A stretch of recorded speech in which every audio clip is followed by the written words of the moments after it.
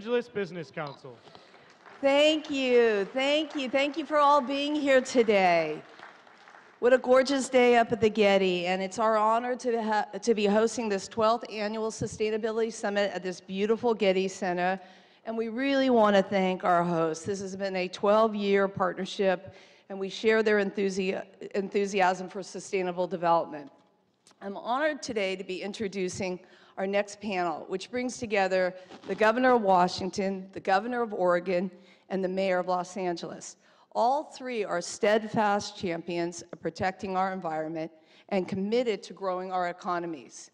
As you know, the federal administration has warned us about the threat of climate initiatives to our economy to justify rollbacks at the EPA and the Department of Interior. As a region, we have challenged this idea. We have the strongest and most ambitious climate change and clean energy standards in the nation, and yet the West Coast states of California, Oregon, and Washington has surpassed the national GDP growth rate of 26% over the past decade. At the LABC Institute, we asked our friends at UCLA what these numbers look like, and they found that over an 8-year time period, that these three states, increased their GDP by 32% while producing 2/3 of their electricity from clean energy, compared to only 1/3 for the rest of the nation. So our big blue wall of resistance on the West Coast is not only assuring us clean air, clean water that our communities rely on, but it has allowed our states to lead in economic growth and create hundreds of new well-paying jobs. Today, the panel will be discussing climate change mitigation and adaptation efforts that have taken place along the West Coast, and the importance of interregional partnerships in reaching our GHG reduction goals and creating the largest clean energy market in the nation. One of our partnerships, formed in 2008, is the Pacific Coast Collaborative Agreement between California, Oregon, Washington, Alaska, and British Columbia, which represents a mega region of over 54 million people and a GDP of over $3 trillion. Together, these leaders have united to grow the West Coast's clean energy future, creating new jobs and attracting investment in the region. The LABC would like to extend a warm welcome to Governor Kate Brown and Governor Jay Inslee and thank them for their critical leadership. We would also like to welcome our mayor, Eric Garcetti, who has been a good friend to the LABC and has shown strong and consistent leadership here in Los Angeles. As he announced last week, not only have we achieved the most solar installations in the nation, but we are fulfilling his vision of attracting tens of millions of new jobs and investment here in Los Angeles. We look forward to expanding on this good work. Now I would like to welcome and invite to the stage Michael Northrop. He is Program Director of Sustainable Development at the Rockefeller Brothers Fund, and he will be moderating today's panel. Welcome, Michael.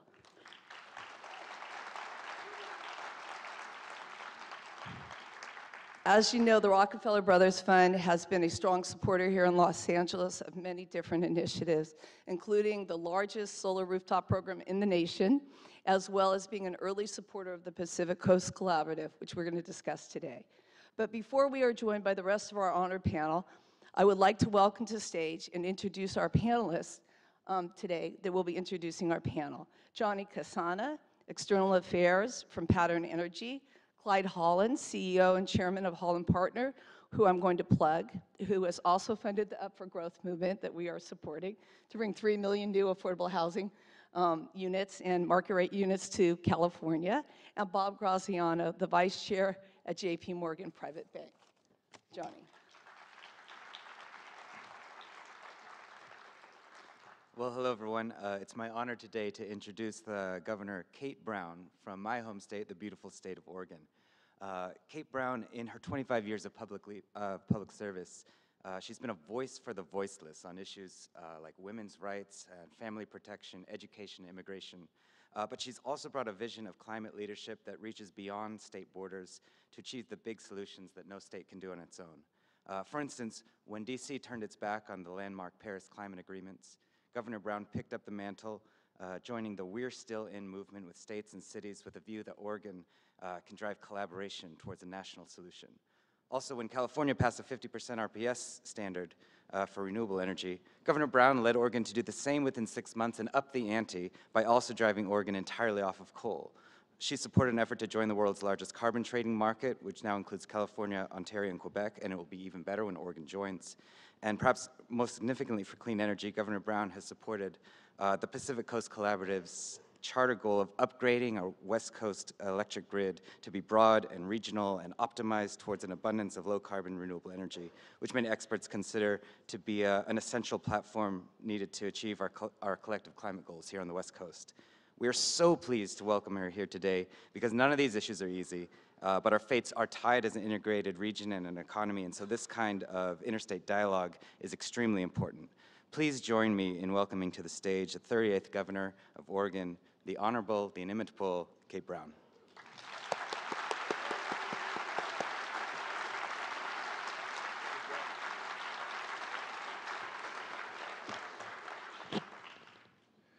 So it's my honor today to introduce again my governor from the wonderful green state of Washington, Governor Inslee. Jay is a fifth-generation Washingtonian who first took political office as a representative in the Washington State House of Representatives. He was elected to Congress in 1992 until he announced his bid for the governorship, which he won in 2012, and was reelected in 2016.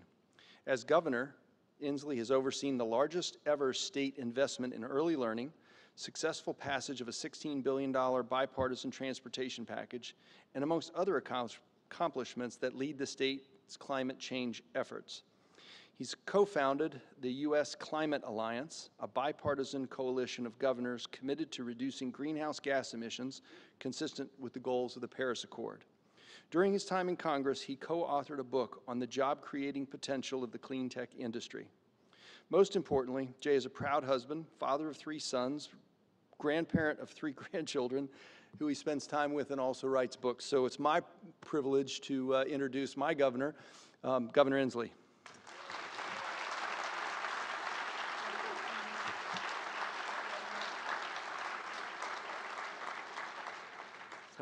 I am honored to introduce the mayor of the city of Los Angeles and my friend Eric Garcetti.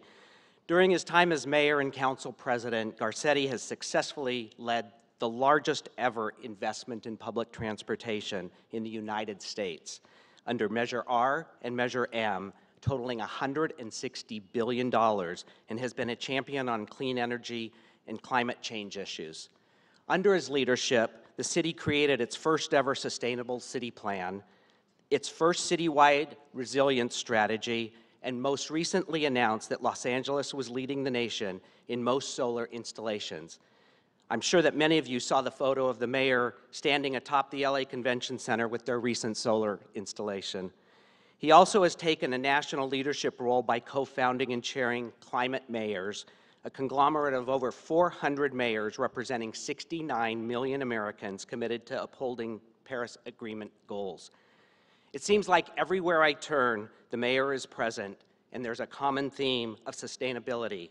Whether it's at the introduction of the new CEO of Alta-Sea, where he's talking about leading an effort on blue technology, or it's at the opening of our new LA Football Club stadium, where the team is pledged to be green and sustainable partner, or whether it's in his successful quest for the 2028 Olympics, where there's an entire section of the bid book, section 3.6 for those of you who'd like to review it, who devoted to sustainability. And lest you think that this is a current focus of our mayor, let me assure you that 20 years ago, he was working closely with me on the issue of sustainability as a council member as we tried to encourage people to leave their cars at home and take public transportation to Dodger Stadium. Ladies and gentlemen, it's my honor and pleasure to introduce Mayor Eric Garcetti. All right, Dodger Stadium. Go Dodgers. Dodger Stadium. Great to see you. Thank you for having us. Absolutely. Good morning. Thank you, everybody. Wow, what an honor to be here with you guys. Good morning. Thanks for doing this. I know there's a slide that's going to go up here in a minute that's going to show the Pacific Coast region. Aha, there it is. So there isn't another region in the world with a concentration of climate leaders like this one. The number of states and a province, cities and businesses that are all aiming at essentially getting to zero carbon is just, completely unique. And it's great news that all of your governments and the others that are part of this region, British Columbia, state of California, and the other cities, San Francisco, Oakland, Portland, Seattle, Vancouver, are actually all sitting and working together to try to figure out how to get to that incredibly exciting future place of zero carbon. So, but that said, there's still all of this kind of counter push from folks. You saw an ad in the LA Times today, I think, that came from the gas industry saying that we're going to lose jobs and this is a really stupid thing you guys are all doing. And you see incumbent industries putting that out all the time. In the Luskin Center report that's been released for this meeting showing that GDP is going up in the region faster than the rest of the country, and that with an amount of clean energy that's double, what the rest of the country on average is using. Even with that, I mean, I think this old saw of you're going to ruin the economy is going to be with us forever, right? So you guys know, you see the businesses that are being created out there and the jobs that are being created. I just thought, what a good moment to just ask you, what is happening in the real economy as a result of these really dramatic policies that you're enacting? And I don't exactly know where we should start. Mayor Garcetti, you want to lead off? Sure. Yeah, great. Well, first of all, it's great to have both the governors here. Thank you so much, Governor Inslee and Governor Brown, for coming down to Los Angeles. Thank you to LABC for holding what is always, combined with the other LABC conference, my two favorite gatherings of the year on housing and sustainability. It is the most forward-looking business group in our region, for sure, and I appreciate the convening you do each year. Look, you're exactly right. We live in the real world. Chief executives can't BS this stuff. We are accountable to our voters. They look at what our unemployment rate is, how many jobs we're creating, and also the health indicators that drive, I think, a lot of the work that we're doing. And here in Los Angeles, after the LA riots in '92, we had a dip that went down, and we never recovered the number of jobs from back then for more than 20 years. Over the last 4 years, as we've geared up more and more green policies, we've reduced unemployment by 54%. We have a new jobs peak. We had 222,000 businesses in the last 4 years that said we want to start here in LA. All at the same time that our most recent measure, which just came out, we reduced our GHG gas emissions by 11% in a single year. Right. And just to put that in perspective, things like the Clean Tech Incubator, which Matt, who is here, leads, we've created about 28,500 green jobs in the last 4 years. Put that in perspective, that's more than the number of coal jobs that were lost in America. Put that in perspective, in a city that's about 1% of the nation's population, that's 60% of all the coal jobs that remain in America. So I say to folks around the country, don't politicize this. If you want to get with the future economy, do this stuff now. Oh, and by the way, great for the most existential crisis humanity's ever faced, and great for the health indicators in your city, your state, the region. And so, you're not going to do it for the right reasons, but also do it for the practical reasons, because people in your economies need those jobs and need to feel better about the future. Most Americans right now wonder if the future has a place in it for them. We're showing it does. Yeah, thank you. Fantastic. Governor Inslee, I've heard you on this topic before. You are a vociferous advocate of the clean energy economy. What's happening recently in the state of Washington? Well, a lot of great news. It was mentioned, I wrote a book about this 10 years ago, Apollo's Fire. I want to make sure I'm Los Angeles. The movie rights are still available. And so if that happens. We've got a bidding war. There you go. Hey, before I say anything else, I want to ask people to recognize a tremendous international leader on this subject who's been unparalleled in his vision, and that's Jerry Brown and his late Chief of Staff, Nancy McFadden. We really appreciate their great work.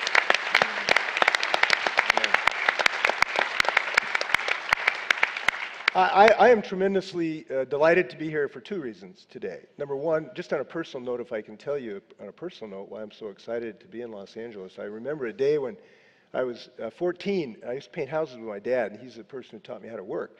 And I remember him telling me a day, it was about 3 o'clock, it was hot, I was kind of slacking off, and he just really got in my face. He says, you're never going to succeed in business You'll never be an entrepreneur if you don't learn how to work. And he was kind of on my case.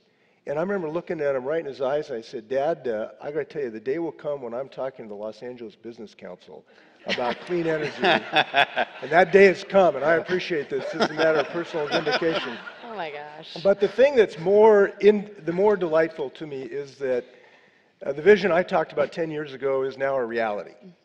And 10 years ago, I said that we would have the largest engine of job creation in the history of the United States, and it would be associated with clean energy. And verily, it has come to pass. It has come to pass where we have the jobs in the clean energy sector that are growing twice as fast as the whole rest of the United States economy. In solar energy, it's 16 times higher than the average rate of job creation in other industries. It's 250,000 people in solar. It's 165% growth rate in the last 7 years. It's happening because we've had a 75% reduction in the levelized cost of solar power and 25% reduction in wind. And because we've done some smart things like in our stimulus package where I fought to put money into energy storage technology, we have now spun out the world's largest manufacturer of vanadium flow batteries, is in Mukilteo, Washington today. We just put my neighbor's kid to work. So this is happening in real terms, and we represent the largest economic growth place in the Pacific Coast in the United States, including British Columbia. The #1 economy in Canada is British Columbia, and they have a carbon price. And people said if you have a carbon price, it will doom your economy.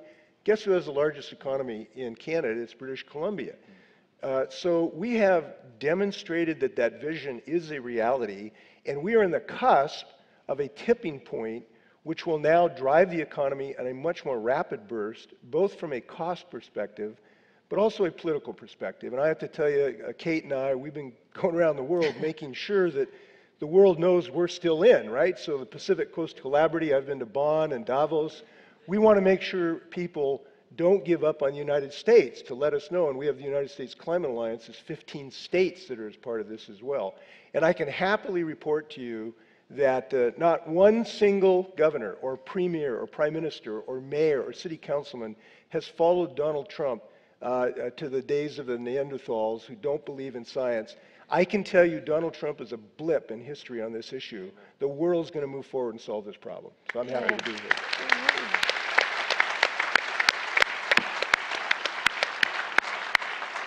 Governor Brown, is there a good economic story in Oregon that's going along with all these crazy policies you're putting in place? Yes, but first a little background, and I'm just delighted to be here in Los Angeles, and both Governor Inslee and I are just delighted to be soaking up some sunshine, which has been a rare thing in our Northwest winter. This is an issue I've been passionate about since as long as I can remember, and I feel so fortunate to be in Oregon, where the leadership around climate change and sustainability has been longstanding. We were the first state in the country to pass the bottle bill, allowing you to get a nickel back for your soda pop. We were the first state in the country to pass land use planning, to require us to save our forests and our farmland for future generations. And it is with that history that we have been able to grow the economy and build on that.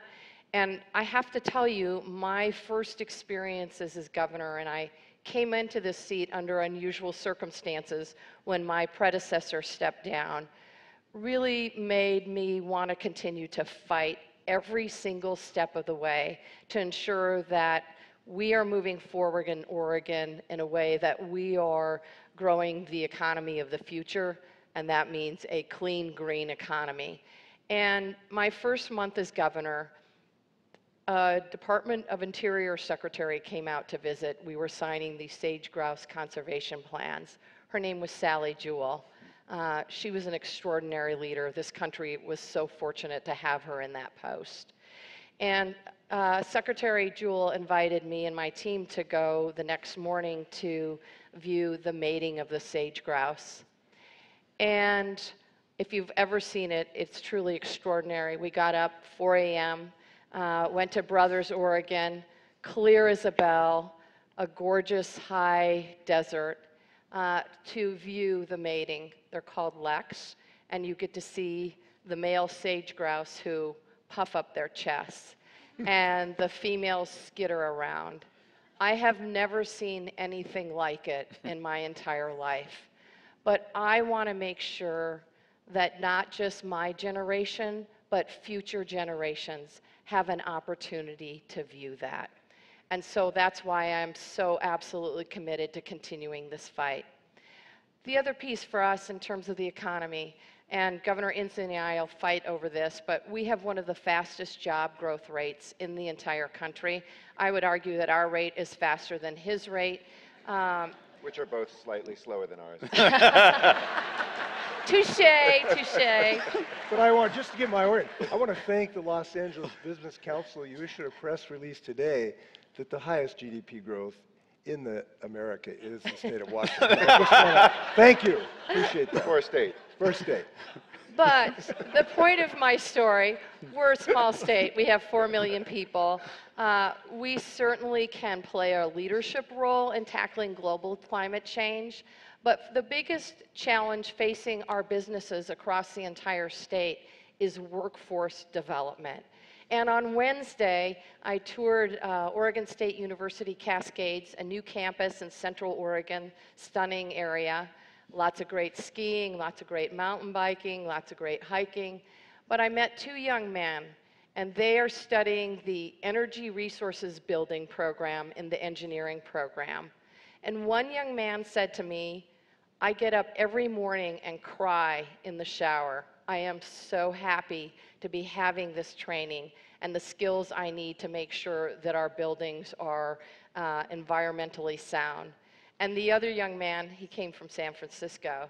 He said, I came here for this program, and I now have found my dream job, and I'm going to be staying in Central Oregon.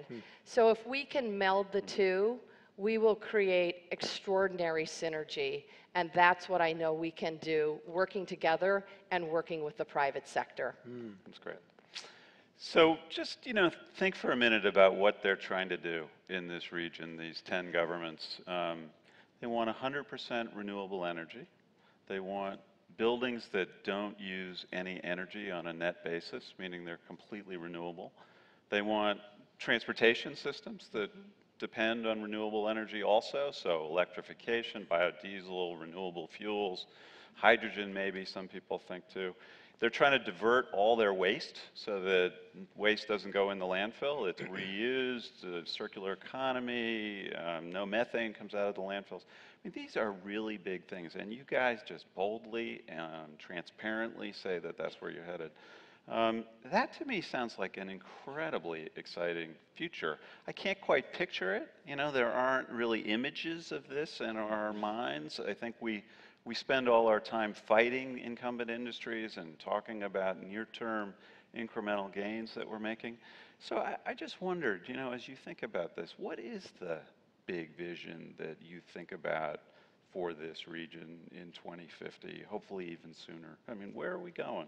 It's not a question that gets asked that often. I mean, how do you paint that picture as you think about where we're going, where we need to go? I'll volunteer. I think that the fundamental thing is what you say. It's a decarbonized economy. We know the science is clear. Mankind, womankind has only one choice for continued existence in anything like we now know the world to be, and that is to decarbonize the economy. We cannot have anything more than maybe 10 or 15% of our economy involved in carbon-based fuels in 50 years, or we will have cataclysmic changes. And by the way, I talked about this political tipping point. This is great. We're getting at it. There's a tipping point ecologically as well.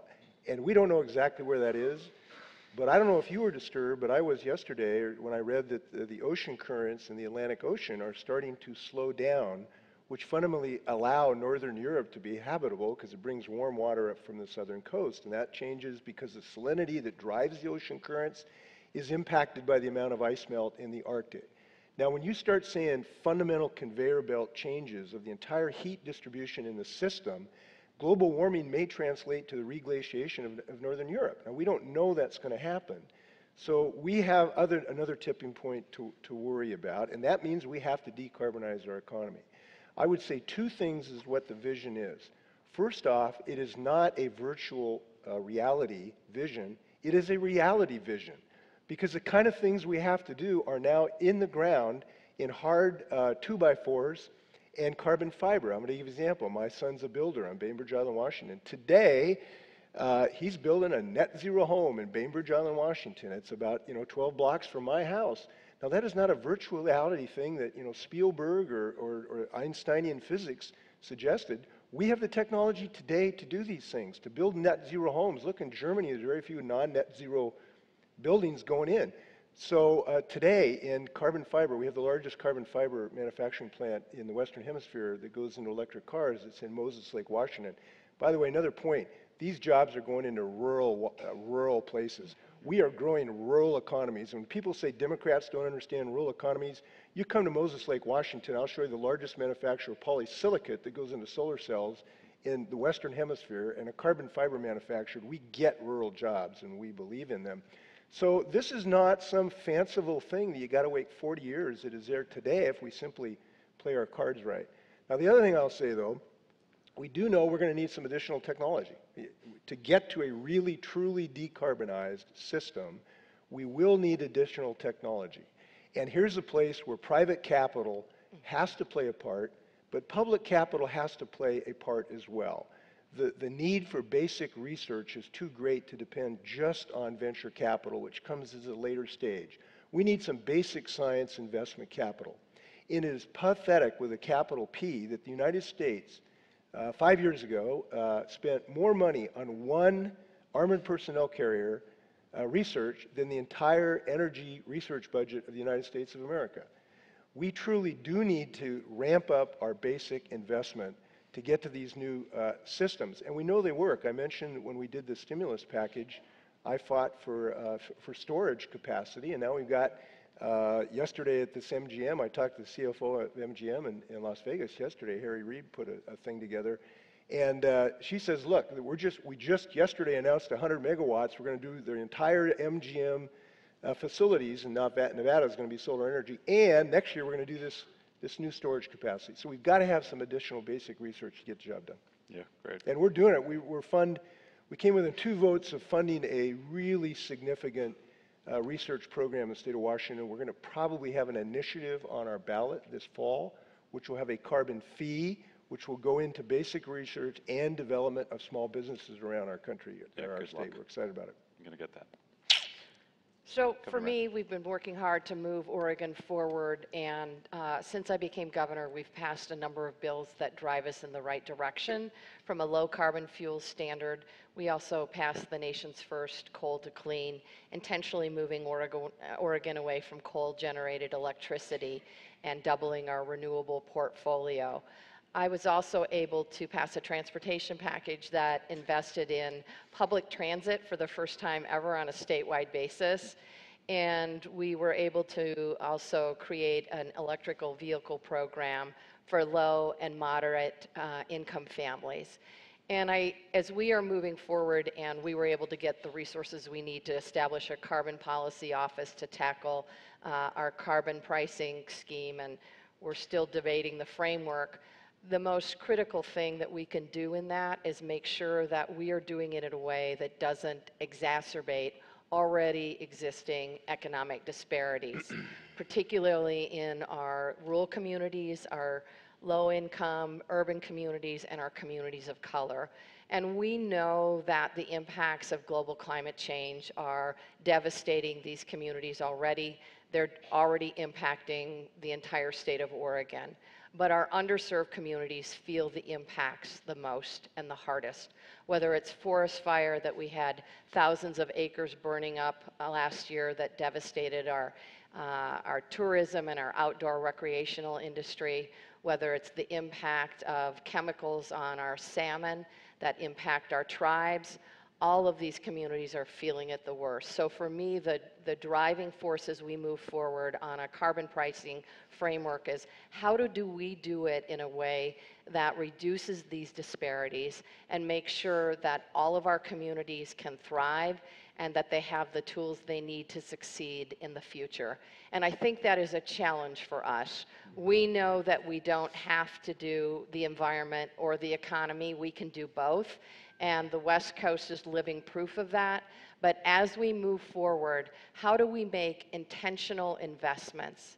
How do we work with folks to make sure their voices are at the table and that everyone can play a role and receive the benefits of a clean energy economy? That looks like workforce training, it looks like targeted investments in infrastructure, and of course it looks like making sure we're doing it the right way. Great. So Mayor, you've been knocking it out of the park on solar here in Los Angeles for the last several years. Biggest solar deployment anywhere. You're working hard on electrification. He has an advantage. There's a lot more sun down here. They work in cloudy weather. They It's all do, they good. do. That's right. But so what is all that going to add up to? What's your vision for how this is going to transform? Well, I love being on this panels, big and I city? always feel like you should add something new. So yes and yes. Yeah. And I was really going to talk a lot about, I think, if I can pick up where Kate was, we have to figure out, the big vision has to be everybody belonging. I mean, it really has to be that. I think it's the biggest issue for us as human beings, because the Earth will long outlive any of us, as we all know. It's whether or not we can exist in that Earth, is making sure there's a place for everybody in this. We can't just get excited about science and counting energy generation and even the economy. We have to figure out a place for everyone in this. And I think equity really is now where we should be discussing, because it is the most important issue. I love how you tie those things together, because when I go out there, and it can be the poorest part of Los Angeles, it could be the best off, people are so economically insecure and so insecure about the future. And so when we can get panels together and be like, oh my God, it's going to be so amazing, like flying cars, like Elon's tunnels will deliver you to home from your workplace without ever having to see anybody else. You can, go, like the food will be waiting for you, will be picked out of your garden, and your, chickens will give you your eggs. It'll be the best breakfast you've ever had. And there's a disconnect from a lot of people who today are like, well, are my kids going to college? Am I going to have a career? Don't tell me about maybe an infrastructure initiative that's going to last a couple of years. Maybe I'll get that, but next recession, I'm living in my car again. And I think, what we've tried to do as a big vision is we just went big and bold in LA, and thank you to the voters. I mean, we passed the largest infrastructure initiative in the nation's history at the local level ×2. And we're agnostic about some of the technologies that will come as we build out a public transportation and transportation improvements, because we looked at the number of careers we would generate. Now it's a permanent tax. You guys know in our business, you have to say it's only going to last 5 or 10 years. Our transportation measure polled better the longer we said it would last. And when we finally said it wouldn't have any limit at all and would be permanent, it actually polled the best, because we have to get 2/3 here. And when we asked people in focus groups, they said, this isn't about today, this is about tomorrow. You don't do a temporary tax on schools. You need education for your kids and your kids' kids and your kids' kids' kids. And we feel the same way about traffic and transportation and economic opportunities. The second big vision thing, I'll kind of put on my hat as a mayor, is most of our technological innovation has been two-dimensional so far. How we buy things, Amazon, how we communicate, FaceTime, Apple. It's mostly been communications and commerce, and it's been virtual. We are now in the place where the three-dimensional changes will begin to happen. So the way that cities are planned, that cars are owned by individuals, we take them where we need to go, and then 96% of the time they don't move. 40% of our downtown in Los Angeles is to allow those cars to have a place to basically park and sit in the public right-of-way, the most valuable land that we have. We make buildings almost double the price because we put podiums that are almost like mausoleums for these cars. 97% of the fuel doesn't turn the wheels. We can truly see traffic solved in this city by the changes in technology. We can see public space opened up because we don't need to spend so much of this city just to allow those cars to be there. And I think that's probably the biggest, boldest vision, is to tell people, what would it look like to have that street open, to have spaces right outside your workplace that are green, that have public transportation options, that have individual cars that you can get into but you don't have to own, where cars are used 95% of the time instead of vice versa. And I think those are the two real big things. Yeah, awesome. Yeah, thanks for trying to paint the vision. I don't think we do a very good job generally at doing that. We all need to spend more time at Can I riff on making what the mayor said? Yeah. You just made me give me a thought about we need to think about in this vision statement. One of the perils of this revolution is if the pessimists win. This is fundamentally a battle between optimists and pessimists. Yeah. It really is. I believe the optimists are going to win. I've always believed that, and we are winning. But the pessimists strategy is to seize on any stubbing of our toes during this revolution to try to slow down progress. In an autonomous vehicle, which the mayor is talking about, which does have the capacity, and you're right, our cars are sitting there 94% of the time, $30,000 sitting there doing nothing. It's ridiculous. There is unfortunately, and the press feeds into this, anytime there's a fender bender or even a tragedy associated with this, there is an effort to stop progress. Look, car manufacturers are concerned about this because they're going to sell maybe 80% fewer cars when we have autonomous vehicles, because we don't need them as often, because right now they just sit in the parking lot 94% of the time. So there's a concern about that. And the one thing I want to point out when you talk about this vision statement, we got to realize on occasion not every single thing is going to work perfectly, and we have to realize we're going to work through that.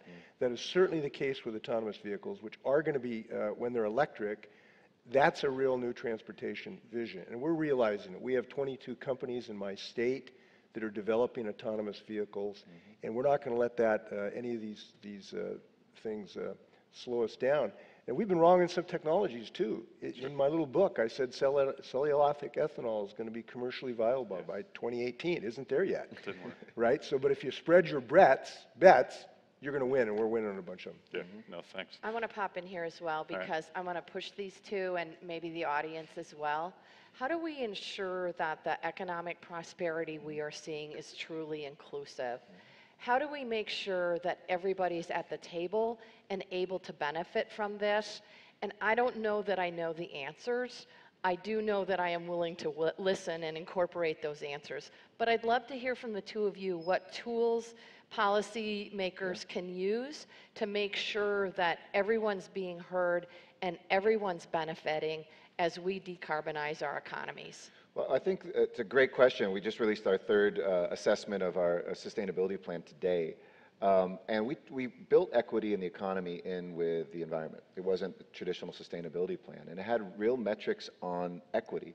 I think you have to start things like electric car share. You mentioned something in your state. We're just expanding that this week. Actually, I think it goes live today. That it starts in low-income communities. It's not going to start downtown. It's not starting in the hipster community. It's not starting in the area or where it's higher income. It's actually starting where people don't have cars and would like to participate in the green economy. So, I think if we're intentional in the first steps of making sure solar isn't just, on the west side of LA, but it's in South LA, and that we're spending our money in those communities. Second, training the people, the job stuff that you said, it has to be the green jobs, workforce development dollars should be going into our, folks coming out of prison, coming back from war, aging out of the foster care system. Because when people see that in the same way that your neighbor's son does, they feel it to be something real and middle class. This should be a middle class revolution, not an environmental revolution. It should do that stuff on the side. It is actually as important. But if you start with that being a middle class revolution, I think people will come to it. I would answer that question in a nonpartisan way by saying you got to elect Democrats as governors, and I'm saying this Particularly Democratic governors, particularly Democratic right? governors. I'm chair of the Democratic governors. I'm saying this in a nonpartisan way. I would say three things. One, the most obvious, is to do what you have suggested in your cap and trade system, and I have suggested in my carbon fee set, which is that we recycle any of the funds that we generate through carbon pricing back to low-income communities for health and education and transportation subsidies. It's a direct correlation. As a result, in my state, we have a perfect alliance between the low-income community and the business community and the labor community, all of whom understand this is a way to actually reduce inequity rather than to increase it. And kudos to what you're doing in Oregon. That's number one. Number two, I really believe that the most overlooked part of the clean energy revolution is public transportation. We just forget how important the access to public transportation is if we're going to actually decarbonize the economy. And that's fundamental to equity as well, to making good public transportation, to site housing next to public transportation, to have land use policies that site housing next to public transportation is one of the best things we can do, both for decarbonization and reducing equity. And the third thing I would say is, every time we connect this issue to health, we win. We win both politically and economically. And this is fundamentally a health issue. It's not just about the polar bears. Look, I love polar bears. But it's not just about polar bears. It's our kids' health. And the most the strongest message that I ever talked to people about is I met a young woman named Jasmine. She was 14 years of age. She lived in the industrial area south of Seattle next to the freeway. So she's breathing all these fumes of diesel all day. And she said, you know, I was 11 years old until I discovered that there are some kids who don't have asthma.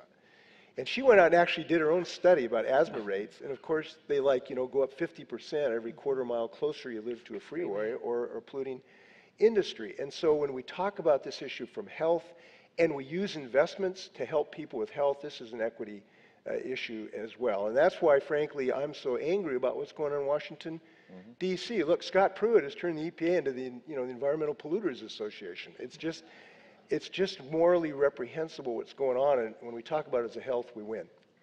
So, given what's happening in Washington, where this issue in particular doesn't seem to be one that anybody wants to work on, why, here's a softball for you guys, why is the work of states and cities so important, both domestically and Other than the fact they elect Democrats? Yeah, other than that. Well, I think for a state like Oregon and participating in the Pacific Coast Collaborative, our work ends up being tenfold. When I coordinate with my partner here, Governor Inslee, and the other Governor Brown, the benefits are many-fold. We're able to have a much better impact than teeny Oregon working alone. And I also get the benefit of replicating best practices. I get to learn from what Jay is doing in Washington, what Governor Brown, Jerry's doing here, what you guys are doing at the city level, and so that's huge for us. All told, I think we're about 55 million people. We are 1/5 of the world's economy, because we got California with us, and thank you. That's an extraordinary impact. That is an impact that Oregon alone could not have, but by working together, we can really make a difference. Yeah. I think the dirty little secret is, even if there was a different person in the White House, the action would be here. Yeah. And thank goodness, that more people are spurred. The day that President Trump withdrew from Paris Climate Accord, said that he would. Instead of crying, I was co-founder of Climate Mayors, which you heard about in my introduction. I got on the phone. We were 402 cities in 47 states, representing about 70 million Americans, that said yes. We would have still done that because we have to implement that at the local level and the state level anyway, building codes, public transportation, electricity generation. But I think it actually spurred more people, because probably 80 to 90% of the work exists in this country through states and through local governments. When we brought together all the West Coast mayors and then expanded to the Western region to go after like an RFI for electric vehicles, that's 115,000 vehicles that we need to buy for our own fleets. And that's a tip to the car manufacturers, oh, we better get on this. When, as I'd like to do shortly, be able to say that any autonomous vehicles in my city, but we could do this with another like 50 mayors maybe in a couple months, say that they all have to be electric. That's a tip to those companies that we're not going to put polluting autonomous vehicles into our cities. You begin to have really the strength of the nation.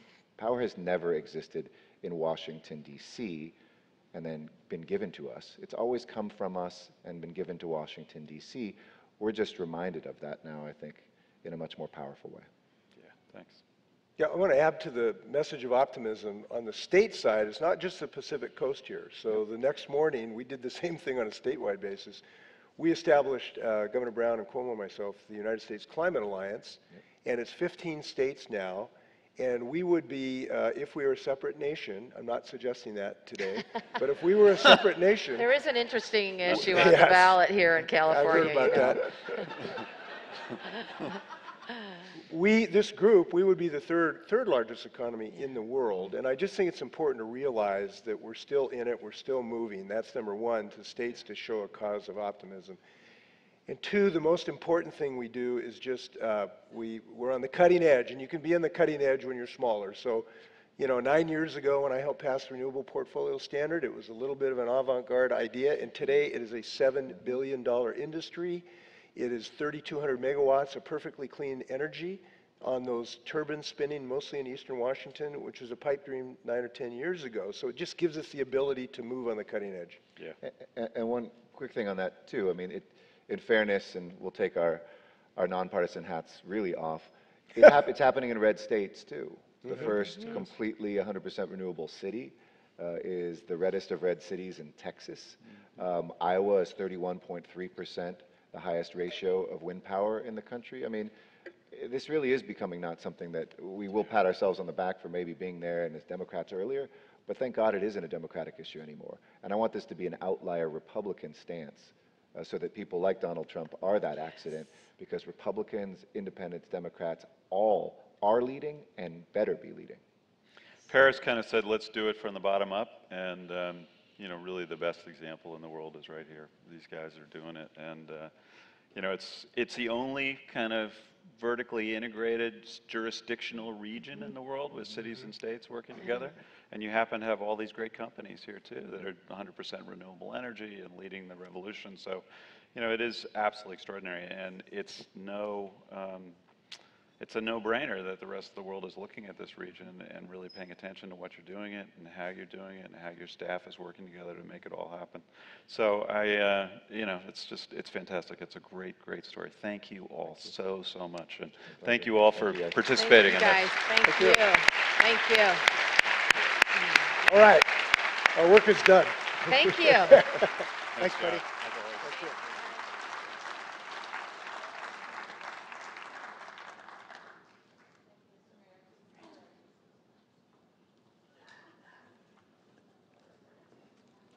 Thank you, governors and mayor, for the excellent panel.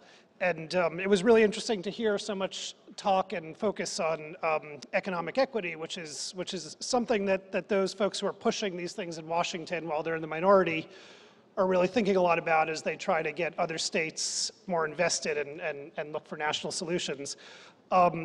We are going to move into our next panel shortly, and you want to stick around for this because you'll be hearing from later on the immediate past chair of California ISO about what a regional energy grid will look like and how it would impact renewables. And also, now that we've heard DWP and state leadership discuss plans for EV infrastructure, we're looking forward to Southern California Edison talk about their vision for 7 million EVs on the road by 2030. Now, to help me welcome Myeisha Gamino,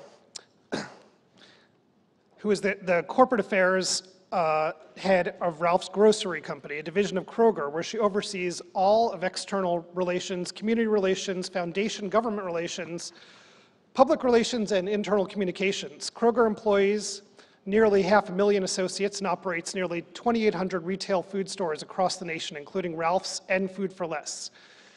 Myeisha is a commissioner for sustainability in her hometown of Burbank, and she sits on the boards of the LA Chamber of Commerce and Boys and Girls Club of Metro LA. And before we call her out here, I also want to ask panel 3 participants if you can make sure to go get mic'd.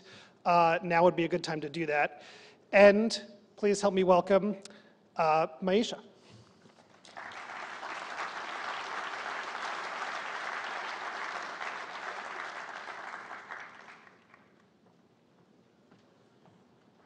Good afternoon. Well, congratulations to Mary and the team. It's been such a great event thus far, hasn't it? I've enjoyed the speakers. I have the distinct pleasure of introducing our keynote speaker, Emile Haddad. But before I ask Emile to join us, I want to share why Kroger is excited to be part of the discussion today. First, let me acknowledge a couple of my colleagues who are in the room today, Vanessa Rosales, who is Corporate Affairs Leader for Food for Less, and Paul Cobb, who oversees our renewable energy plant. Locally, Kroger operates 320 supermarkets within the region. You know them as Ralph's and Food for Less, and we are proud to employ more than 32,000 associates in this area. We've been in business for 145 years and has taught us a lot about people and also about food. And we've learned something that's quite alarming, and that's the 40% of the food produced in the United States goes to waste, and yet 1 in 8 struggle with food insecurity. This figure is consistent across the United States, it's consistent across our state, and it gets even greater in some of our local communities in Los Angeles. Up to 1 in 4 children go hungry. But I have hope. Food insecurity and hunger are tied to so many different issues relating to homelessness, and it's among one of the most pressing and persuasive problems in LA County, and no community is immune. But the reason why I have hope is because over 6 months ago, our company launched an aggressive national initiative called Zero Hunger, Zero Waste. We launched this initiative to bring attention to and address the issue in our food system. This initiative seeks to eradicate hunger in our communities and waste in our company by 2025. To accelerate innovative solutions, we have established a $10 million innovation fund within the Kroger Co-Foundation to support promising ideas. And because the health of our communities is so important, we will be expanding our National Food Rescue Program to provide 3 billion meals by 2025. And that's not just more food, but it's balanced food to provide nutrition and provide people with healthy food choices. Last year, Ralph's and Food for Less alone provided more than 8 million pounds of fresh food to hungry families in Southern California.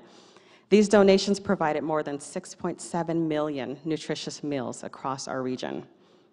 We also will continue to advocate for solutions and partner with leaders like yourselves so that we can make a difference. And as we work on zero hunger, zero waste, we will continue to progress on our 2020 sustainability goals. These include 100% sustainable seafood sold in our stores, recycling 200 million more pounds of plastic than we did in 2016, and reducing our overall energy usage by 40% compared to 2000. One of the key elements of our sustainability plan and our efforts is the anaerobic digester. It's based on our Compton headquarters, so it's local, and the anaerobic digester has been in operation for 5 years. It can convert more than 150 tons of food and organic materials that cannot be sold or donated into clean energy. The biogas we produce is able to offset the electricity consumed by our distribution facility, and it has helped us to divert 180,000 tons of waste from the landfill. We feel that we have the passion, the scale, the innovation, and the amazing associates to positively and directly impact hunger and waste. And on this note, I am honored to introduce someone who is making a difference in our community, Emile Haddad. Emile is chairman and CEO of FivePoint Holdings. FivePoint is the largest developer of mixed-use communities in coastal California. It owns and manages several notable communities that you may recognize: the Great Park neighborhoods in Irvine, Newhall Ranch in Los Angeles County, the San Francisco Shipyard, and Candlestick Point in San Francisco. A leader in California real estate development, Haddad and his team have broken ground on a new frontier. FivePoint has embarked on an unprecedented and innovative initiative to reduce to net zero greenhouse gas emissions at Newhall Ranch. It's the first of its kind of a community of this scale in the United States. Building sustainable communities in coastal California is FivePoint's mission, and Emile is leading this change and finds his company often working shoulder to shoulder with stakeholders from all sides of the environmental debate to achieve the state's priorities of more housing, jobs, and open space for our future generations. Active in the community, Emile serves as chairman on USC's Lusk Center for Real Estate and as a member of USC's Price Planning Program Advisory Board. He's the immediate past chair of the Board of Trustees for the University of California, Irvine, and serves on the real estate advisory boards of the University of California, Irvine, and Berkeley. He serves on the board of Spain-based Haddad Homes. Please help me welcome our keynote speaker, a visionary and leader, the CEO and chairman of FivePoint, Emile Haddad.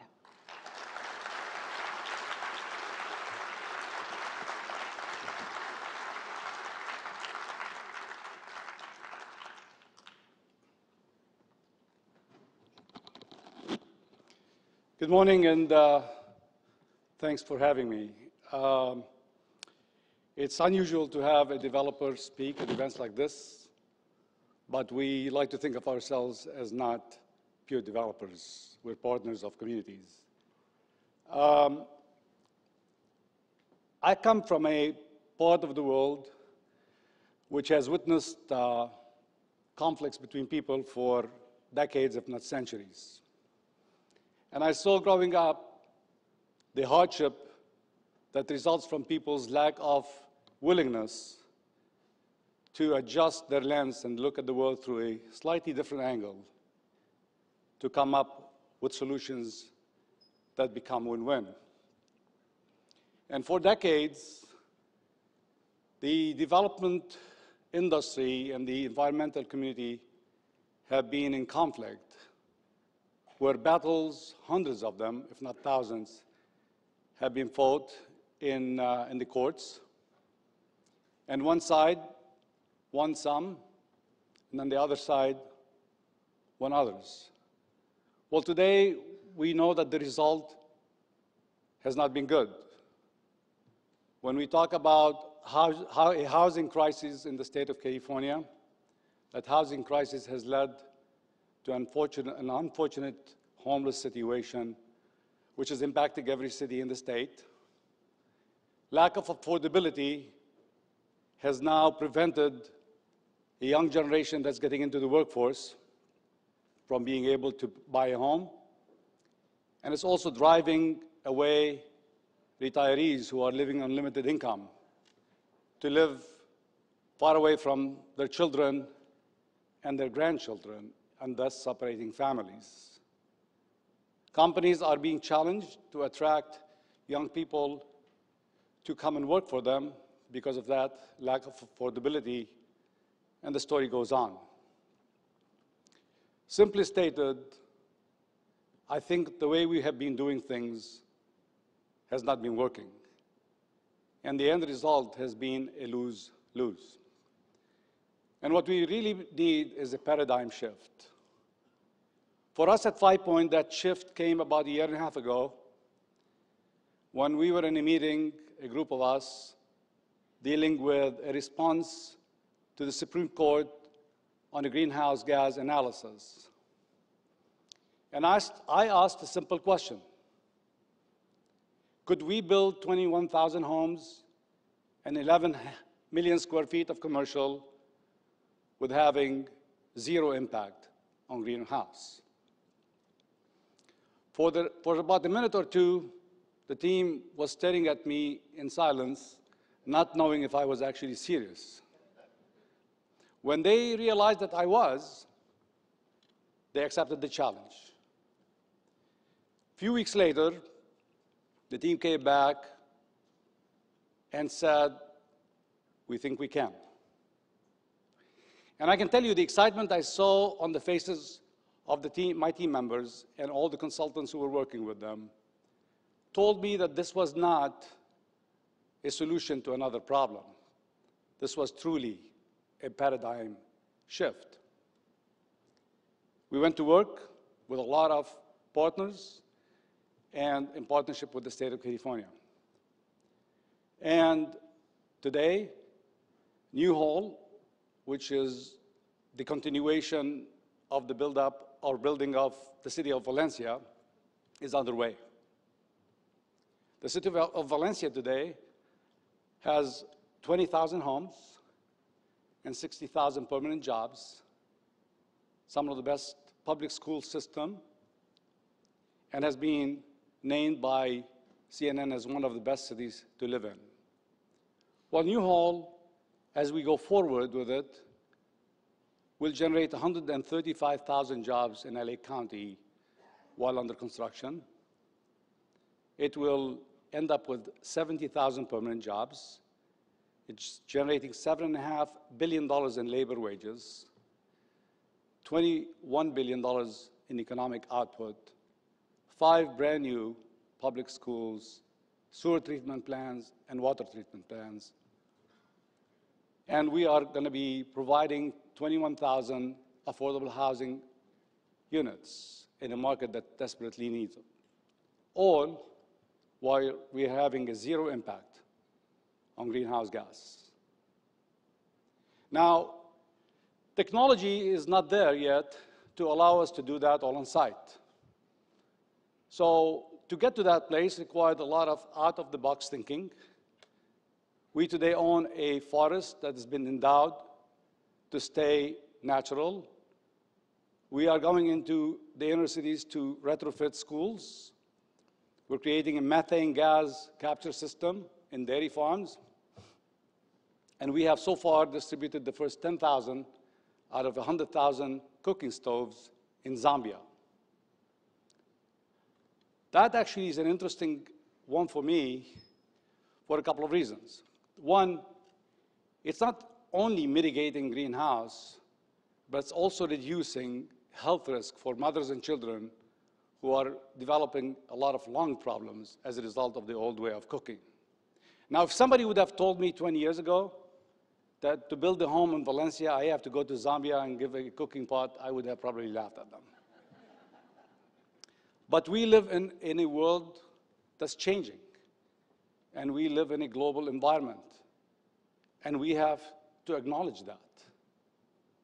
And if it means that we have to go to Zambia to be the partner we should be for the state of California as it takes its leadership role in fighting global warming, then we will, and we are. We are a partner of the state, and we are a partner of the communities we work in. That's how we view ourselves. And when I look at the state of California today and realize that most of the innovations through history that have changed people's lives, from movies to internet to .com to startups that are disrupting the old economy, those were born in the state. And as much as we are excited that the net zero greenhouse gas is now being looked at as a model for other developments, not only nationally, but internationally, we also understand our responsibility to make sure that the state of California doesn't lose its competitive advantage in a global economy. Today, capital is being challenged to be invested in projects in California because of delays. The lack of predictability of the start of return on investment is making it very challenging. And the competition are coming from places like China, where if you want to invest in a project in China, you are guaranteed a date when you start seeing the return on that investment. We cannot afford to have ideas that are born in the state end up being proven up in other parts of the world because we can't come together and find a way to prove them up in the state of California and the United States of America. We can't look back 20 years from now and realize that some of the legacy issues that we have been dealing with for decades became the reason why people forgot that we were the nation that put the first man on the moon. So when we look today at our role, and when we look at the net zero program that we have with the state, we don't look at it as one project.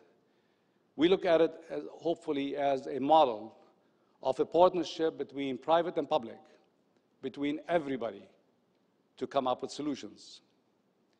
The previous Secretary General of the United Nations, Ban Ki-moon, once said, and I hope I quote him right, he said that sustainable development is the pathway to a future that we want for all. It creates the framework where we can achieve or we can establish economic growth while achieving social equity, exercising environmental stewardship, and strengthening governance. And the only way we're going to do this is through public-private partnerships, where everybody who has an interest, every stakeholder comes to the table with open-mindedness and a willingness to accept the responsibility that lies on all of us in order for us to come up with the true definition of a sustainable community. That is our mission, that's what we want to do, and that's what you will see us do. And thank you for having me today, and I appreciate being here.